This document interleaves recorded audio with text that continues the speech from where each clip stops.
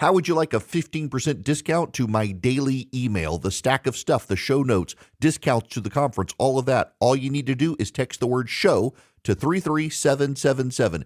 You'll get the annual subscription with a 15% discount to my daily email. You'll get the stack of stuff, the links to the show notes, discounts to the conference, and so much more.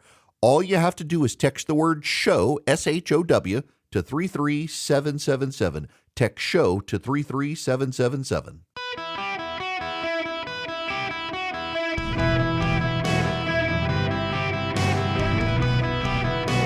Welcome to the Erick Erickson Show podcast, Hour 3. Hello, America. Welcome. It is Erick Erickson here across the United States. The phone number is 877-973-7425. Should you wish to be on the program, I would be very, very happy to have you. Now, we got more stuff that we got to cover on the show today, and I'm seeing this Mamdani issue about the landlords in New York. If you haven't heard this is kind of wild. So Zohran Mamdani, the mayor of New York, wants to ban landlords from checking up on the creditworthiness and the financial ability to pay rent from people who do rent, and also doesn't want people to be evicted if they can't pay rent. Let me play you some of this clip from this woman who, and I got to tell you, this short woman who's wearing a hat covered in political activist buttons. And standing here with a smiling Mamdani behind her, where she is opposing landlords being able to actually control their property. They are headed headlong into a lawsuit in the United States Supreme Court, the way this is going. Listen to this. Our city is turning the corner on tenant power. When we organize, we win results. The Mamdani administration is emboldening us so that we no longer tolerate the violence of evictions as a matter of business as usual. My landlord owns dozens of buildings, but he is not a steward of the public trust. In fact, it is the opposite. The violence of evictions, the only things that aren't violent to these people is actual violence in the United States. It's kind of wild. These people they genuinely are opposed to evictions.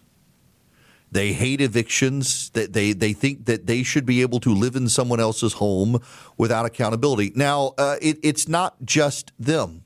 Let me read you this from Mike Solana with Pirate Wires.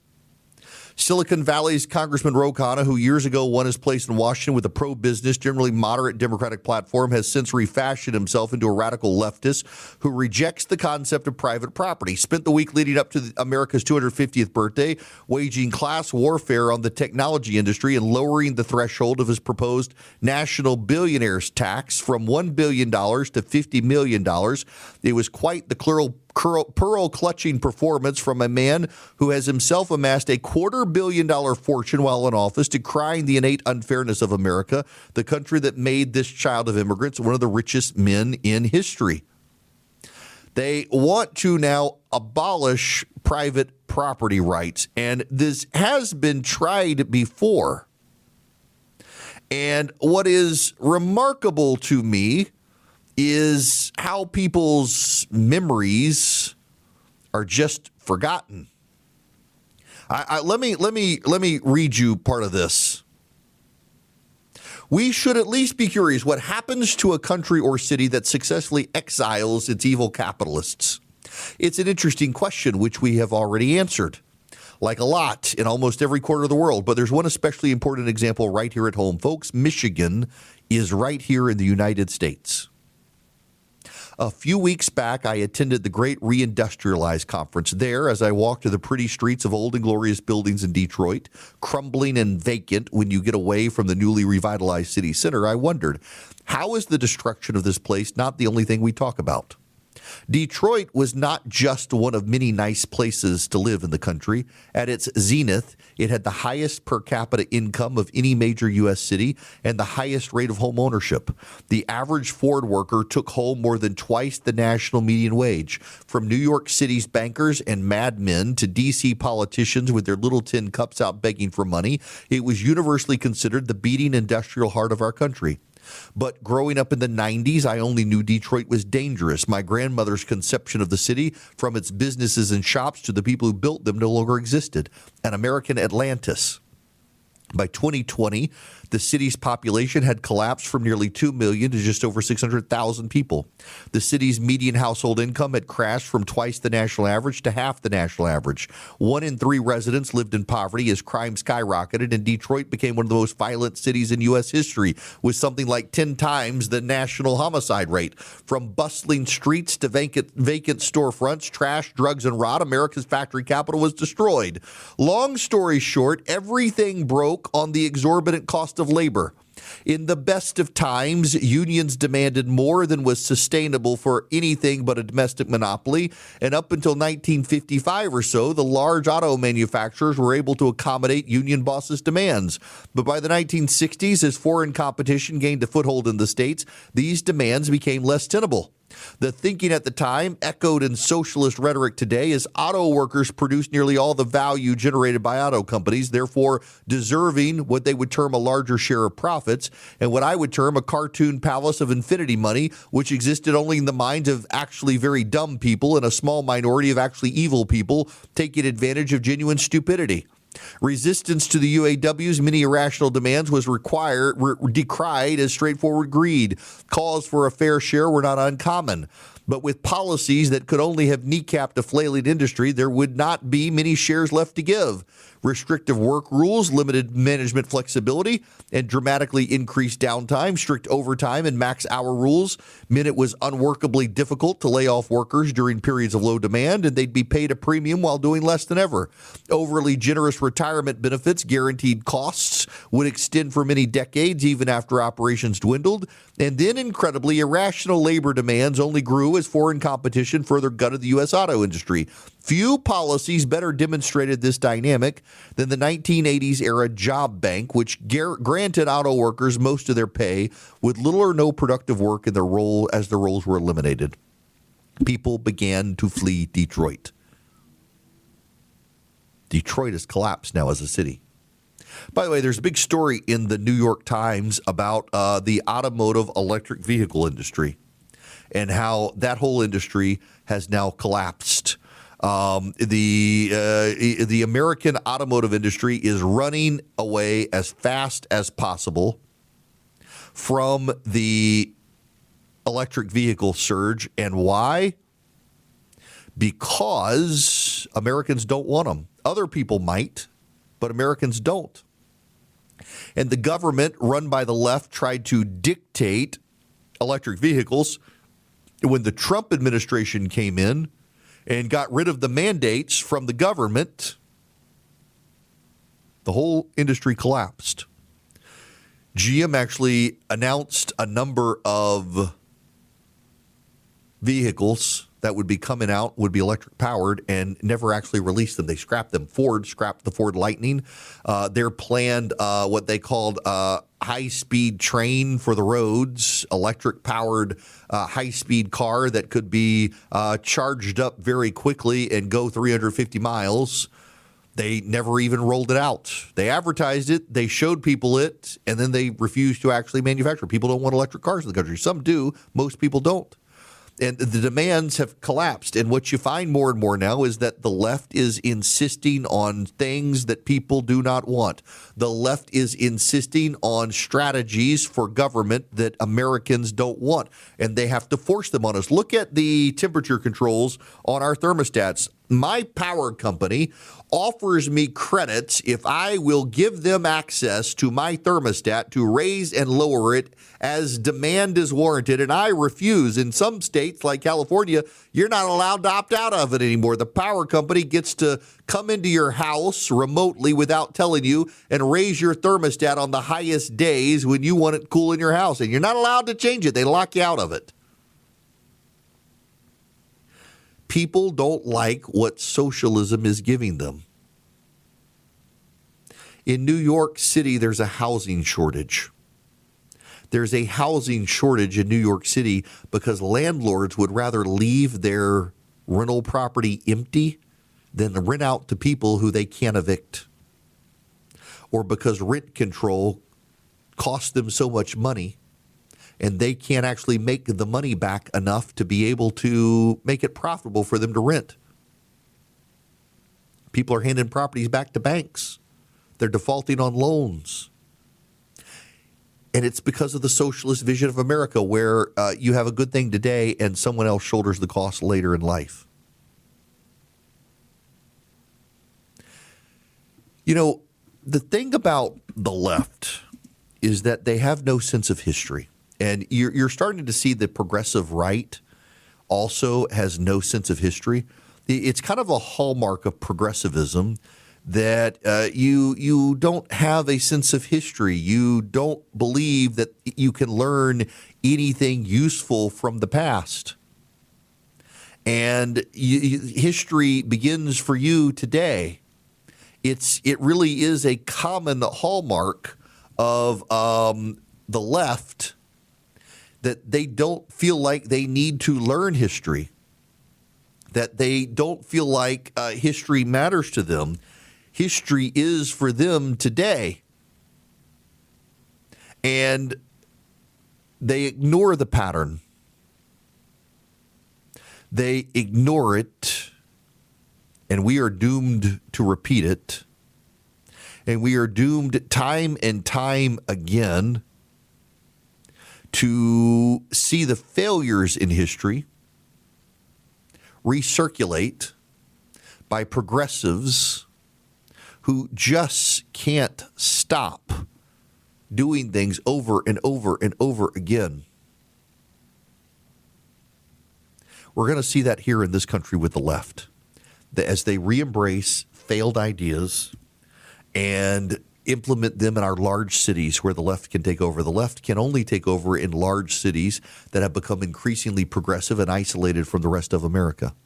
And once they do that, and they employ these policies, the cities will start to collapse, and we will be back to a 1970s era New York that is dangerous for people to live in and dangerous for people to visit. And of course, they will blame the man and they will blame the wealthy. I mean, Kathy Hochul, the governor there, is already blaming rich people from fleeing New York City. Well, they're fleeing New York City because they would love to live there, but their homes are going to be taxed more than they have been in the past. They are going to be attacked for their wealth. They're not going to be safe in their homes. And so they're leaving. They're going where they're wanted. They're going to places like Florida. The problem is some of them are taking their voting there as well. And we don't want these people to go to those places and vote the way they used to vote.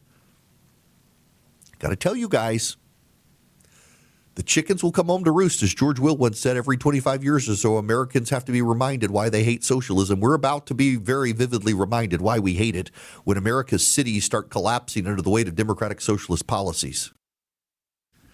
To the phones we go. Dave in Edgewater, Florida, you are up next on the show. Welcome. Hi, Eric. Good to talk with you again. Thank you. I just want to compliment you. I've been reading, actually I was coming out of surgery yesterday and heard the third hour of your program and was probably never more impacted by anything you said about the problem with the swamp, that it was that it broke a law, was that it broke our trust. And I wanted to say, I just think you have become the conscience of the conservative movement, even as Barry Goldwater wrote that book years ago. And we need a conscience. We need for the Lord to forgive us our sins as we forgive those who trespass against us. And we as a government are sinning, and we need to turn from our wicked ways and repent. And ultimately, I think you and I agree that a third great awakening and reformation is what this nation really needs, not Amen. just more politics. Yeah, well, listen, Dave, thank you very much for the kind words. I really do appreciate it a ton. And for the kind words of others, I got to tell you, I wasn't surprised by some people reading my morning piece about the corruption our side is dealing with and hitting the unsubscribe button. Some people not very happy with me holding my own side accountable, but I think it's got to be done.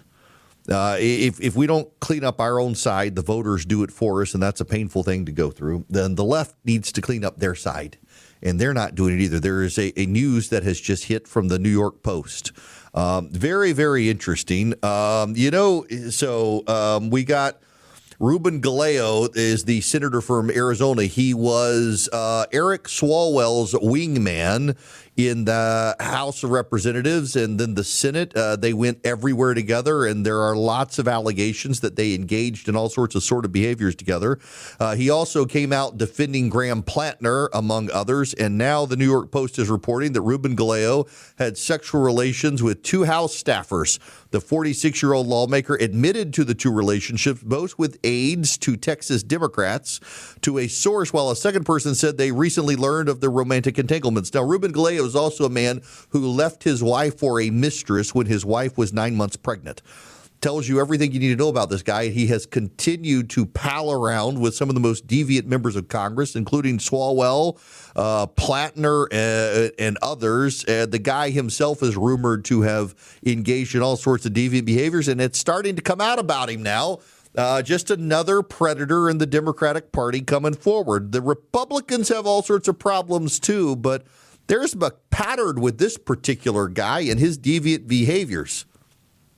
Lots and lots of deviancy from Gallego, and I suspect we're going to find out about more sex scandals and sexual harassment coming from this guy. Again, this is a man who left his very pregnant wife for his mistress, which just is a sign of poor character to begin with, and then hung out with and engaged in lots of shenanigans with Erick Swalwell and only threw him under the bus when it became a political liability for himself. More political liabilities are coming. Now, you got a tech liability, possibly. You're overwhelmed with your technology. You don't know what to do. Who can make sense of it for you? Vision Computers. You can call them at 404-COMPUTER. Go to visioncomputers.com. Vision can build you a computer. They can build you a laptop. They can build you a desktop. Where they really shine, in addition to saving you some money with all the prices going up these days, is their tech support. You talk to actual human beings, not AI chatbots. There's no phone tree hell to get through, a no hables manual, press numero, whatever that there is. You call them. They answer the phone in 15 seconds or less, faster than Google search. And they can do this for your office. In fact, I got a friend of mine who's a doctor. Didn't even realize it until it came up yesterday in his office. He uses Vision for his company. And so his employees, he's got multiple employees. They all have computers. If they have a problem, they call Vision. Vision handles their server, handles their network, handles everything for them remotely. They live hundreds of miles from where Vision is, and Vision still takes care of them. They can be thousands of miles away. You in California can take advantage of this, up in Maine as well. Call them at 404-COMPUTER. Go to visioncomputers.com. You don't need an in-house six-figure IT guy. You need Vision Computers. They can build you the computers, and the tech support comes free, or you can just get the tech support. 404-COMPUTE or visioncomputers.com. Tell them Erick sent you. You might even save some more money. Hey there, it's Wayfair here, where delivery and setup are as easy as a few taps on your phone. You're relaxing in an old hammock, scrolling Wayfair's app, when you spot it, a brand new patio set. Next thing you know, Wayfair delivers it right to your patio and sets it up. Oh, you need a new grill too? All right, Wayfair's got you covered. With Wayfair's Room of Choice delivery and fast expert setup on qualifying orders, life gets a little easier. Visit wayfair.com or the Wayfair app. Wayfair, every style, every home. Hello, America. It is Erick Erickson here. The phone number is 877-973-7425. Should you wish to be a part of the program, would be very happy to have you. We got to talk about, Gone with the Wind. My wife's hands down favorite movie, if it's on the TV, we'll stop and watch it, is Gone with the Wind. She loves Gone with the Wind. Scarlett O'Hara. You know what I love? I love Carol Burnett's redo on the Carol Burnett show of Gone with the Wind, where she uses the curtain rods and the curtain.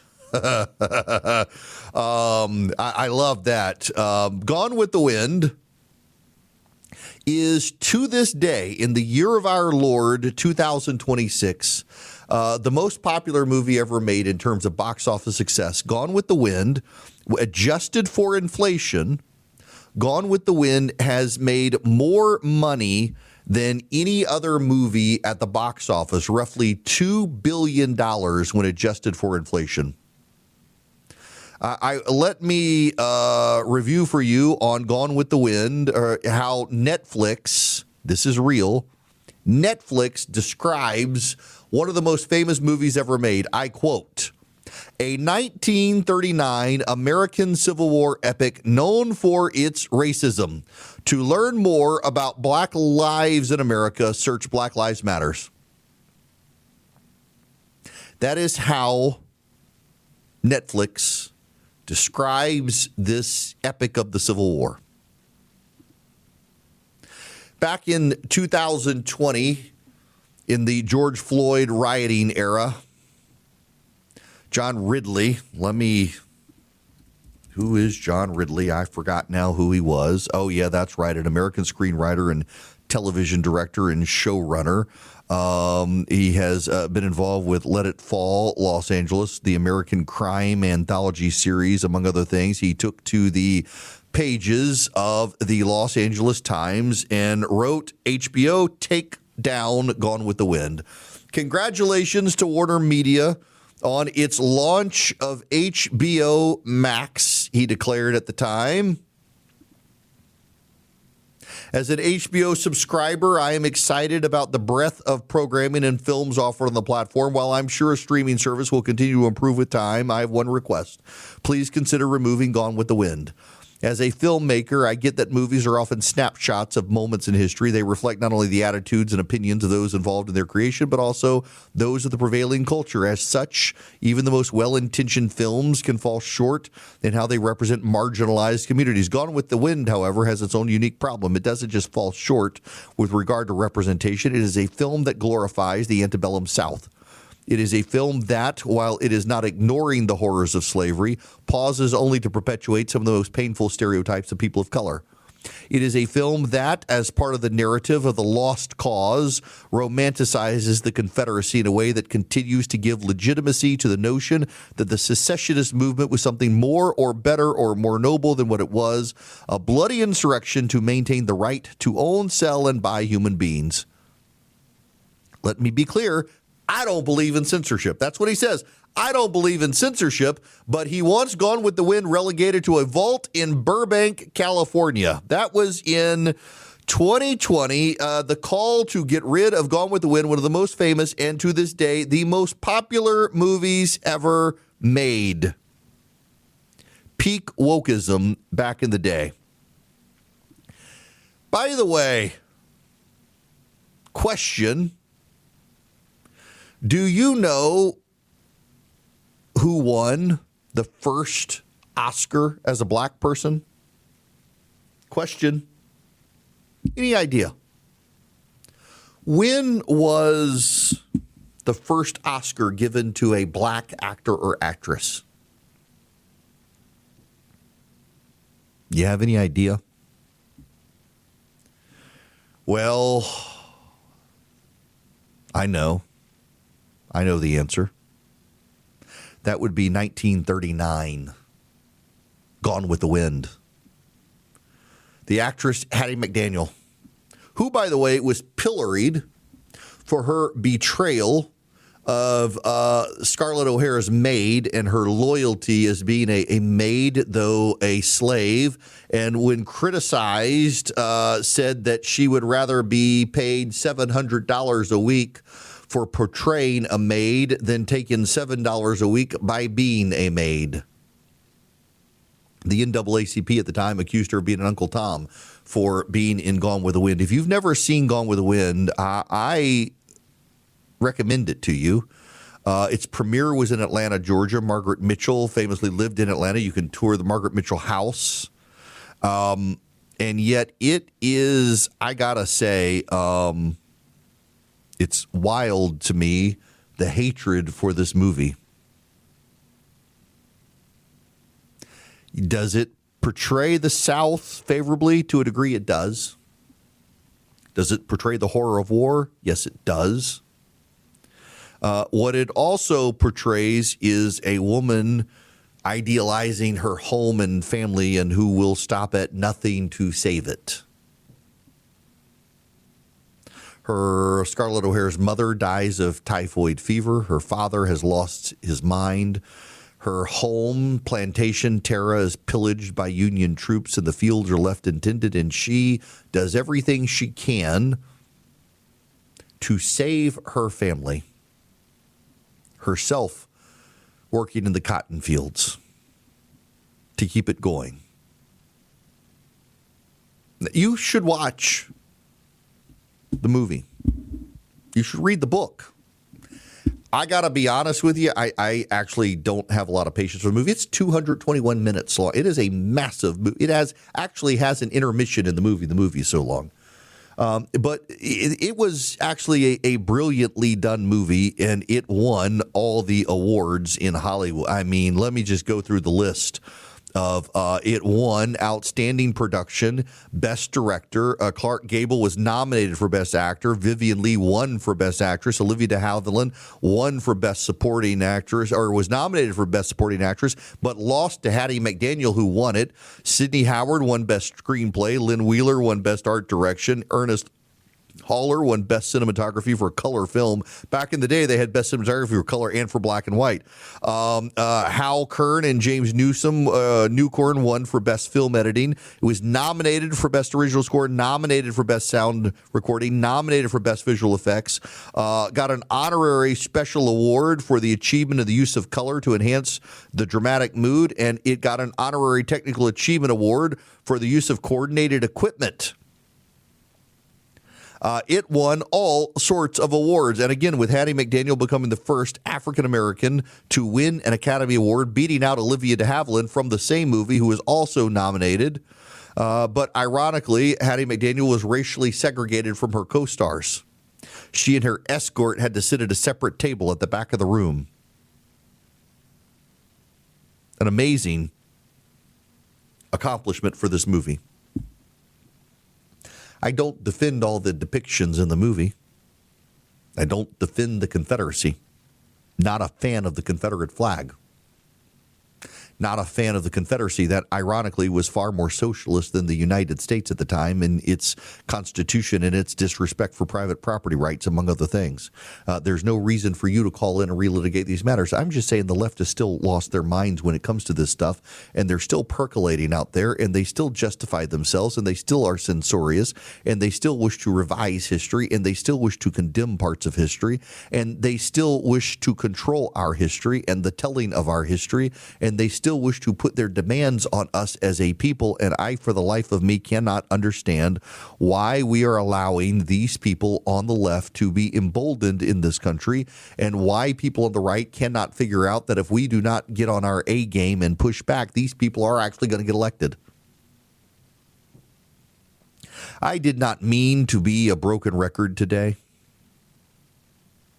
I did not mean to spend my entire day warning you about the rise of the left, and I did not mean to constantly come back to policing our own side. But if you aren't bothered by what you're hearing from the left, if you're not bothered by the Democrats nominating a bunch of anti-American people,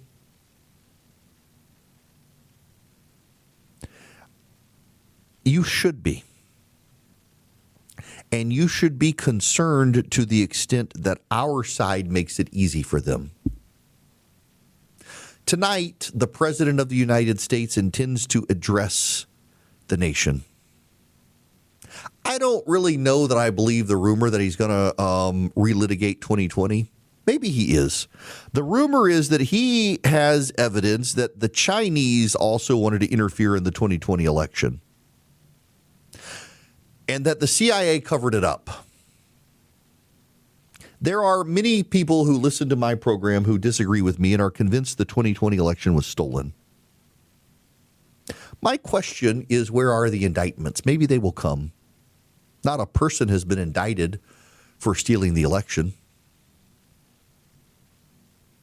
The president, I'm told, might make a statement on Iran. You know, J.D. Vance has been out trying to defend the deal that he concocted with Iran, a deal so bad the president said that the Iranians had no intention of keeping it, and he started bombing them again. J.D. Vance blames the Jews. Literally went on Joe Rogan's show yesterday, and J.D. Vance blamed the Jews, said it's a Jewish plot in this country to turn people against the deal. He sounds much like one of the hyper-progressive leftists. Keep in mind that the president's chief of staff told J.D. Vance he needed to get offline, that she has regularly complained he's a bit of a conspiracy theorist and too online. And when you start blaming Israel for an orchestrated effort in this country to sabotage the deal with Iran when Iran itself sabotaged the deal, you got issues. You sound very much like the woke left these days. You sound very much like the Democratic Socialists. In fact, J.D. Vance embraces a lot of socialist economic policies. My question for the president, should he choose to relitigate the issue of 2020 instead of making a case for why we need to be preserving a Republican majority in 2026, is what are you going to do when the socialists get into the House and impeach you? The president doesn't seem to be that committed to winning in 2026 if he wants to relitigate 2020. And for those of you, and there are still some who say, well, we can't win in 2026 without dealing with 2020. How did we win in 2024?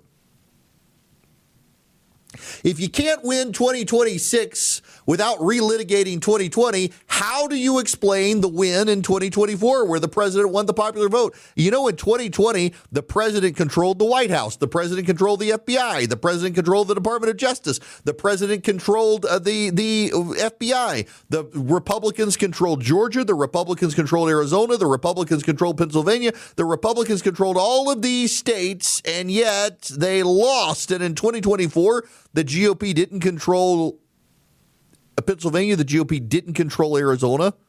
The GOP didn't control the White House. The GOP didn't control the FBI. The GOP didn't control the Pentagon. The GOP didn't control the Department of Justice. The GOP did not control the strings of the elections in this country, and somehow they won the popular vote.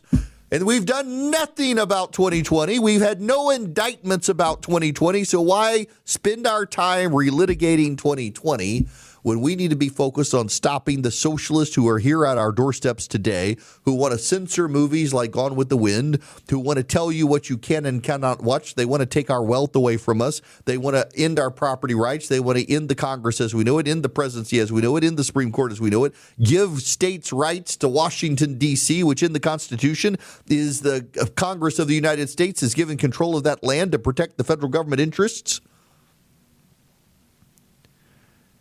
Y'all, we got real problems in the country in 2026, and the 2020 election ain't one of them. And yet, people just seem to be broken. I don't get it, people. I genuinely do not get why this is happening. Hello, welcome. It is Erick Erickson here. Let's go to Anthony. You're going to be the last caller today, Anthony. Welcome. Hey, I've called you before.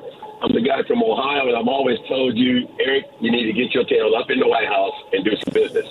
Eric, you make me mad sometimes, man. Every time you tell the truth, I got to turn you off, and then I got to shake myself. Then I turn you back on.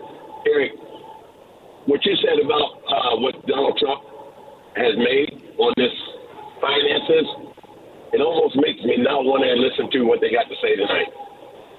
I'm a conservative. I vote conservative. I've been voting conservative for over 45 years, but they've gotten worse. They've gotten worse over time, and I'm serious, man. I know you got people up there that listen to you, but you need to be in there, Eric. I'm sorry. Well, listen, Anthony, I appreciate that you are in Ohio, so my wife can't find you and bury you under the Quikrete in the backyard, because she would. No. I'm in Georgia now. I'm in Georgia. Oh, you're a drug. I'm sorry. Well, listen, yeah, my wife's going to hunt you down because, she literally, I told this story to a buddy who actually works at Quikrete, and I'm not making this up. I ran for office once and got myself elected. It was the worst job I ever had. And my wife literally keeps a bag of Quikrete in our garage and says, if I ever ran for office again, me and whoever put me up to it are going under the rose bushes in the backyard and will not be coming out. So, Anthony, your days may be numbered if my wife finds out about this phone call. It is not happening. Also, I don't want the pay cut. At this point, I am on the verge of being able to get that NetJet subscription. I'm not there yet, but I'm getting close.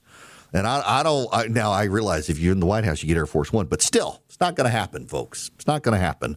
I have been in the arena. I appreciate those who do. And I got to tell you, think of Lindsey Graham.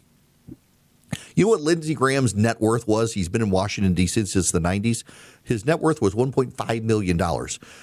Which is actually not fantastic when you've had a pension and 401k as long as he has. This is a man who did not get wealthy in office, unlike many of his colleagues. And I just think that we have got to hold our side accountable, folks. Having both sides getting rich off the system breaks down respect and trust for the system. And again, this is not about breaking the law. This is about breaking the trust. And the trust matters in a day and age when people don't trust the experts, they don't trust the press, they don't trust the institutions, they trust the people. And it depends on who the people are and who the parties are. And when you breach the trust with the public as a person in political office, the people start to get disaffected and they're willing to turn their mind towards what can we do. And sometimes that leads to dangerous places like the rise of the democratic socialists. And we can't allow that to happen, my friends. We can't allow that to happen. It is a dangerous thing to see them on the rise and the president and the grifters around him profiting off his time in office. It's not good, and we've got to clean it up. We've got to hold our side accountable. We really have to hold our side accountable, and that includes the president of the United States. Now, you should hold your bank accountable. If your bank is one of those banks that doesn't like you because you're a conservative, that they question your ability to use your debit card for legal purposes because they don't like the purpose you're using it for, you might want to find a new bank like Old Glory Bank. OldGloryBank.com/Erick. They are my bank. They can be your bank. I got a no-fee checking and no-fee savings account. They got premium accounts. They waive fees for active duty military and first responders and veterans. They are great for businesses. And if you want to get a mortgage, they kind of treat you the same way where you get a loan officer, and that's your person. It's not a department that you get referred to. You get referred to a person, and that person gets to know you and your family. If you're buying a house, you and your business and the nature of your business and the intricacies of your business. If you are doing business lending with them, and they just get to know you, and you have a point of contact to call where you're not calling the department and talking to a general person who's got to read up on the file. You call the person who knows you and your company, who knows you and your home, who knows you and your family. Go to oldglorybank.com/Erick today to find out more, whether you're doing business lending or a mortgage, a checking account, a savings account, a business account, a CD. oldglorybank.com/Erick. Again, if you're active duty military, veteran, first responder, they waive some fees for you. Find out everything at oldglorybank.com/Erick. Member FDIC, equal housing lender. Terms and conditions apply.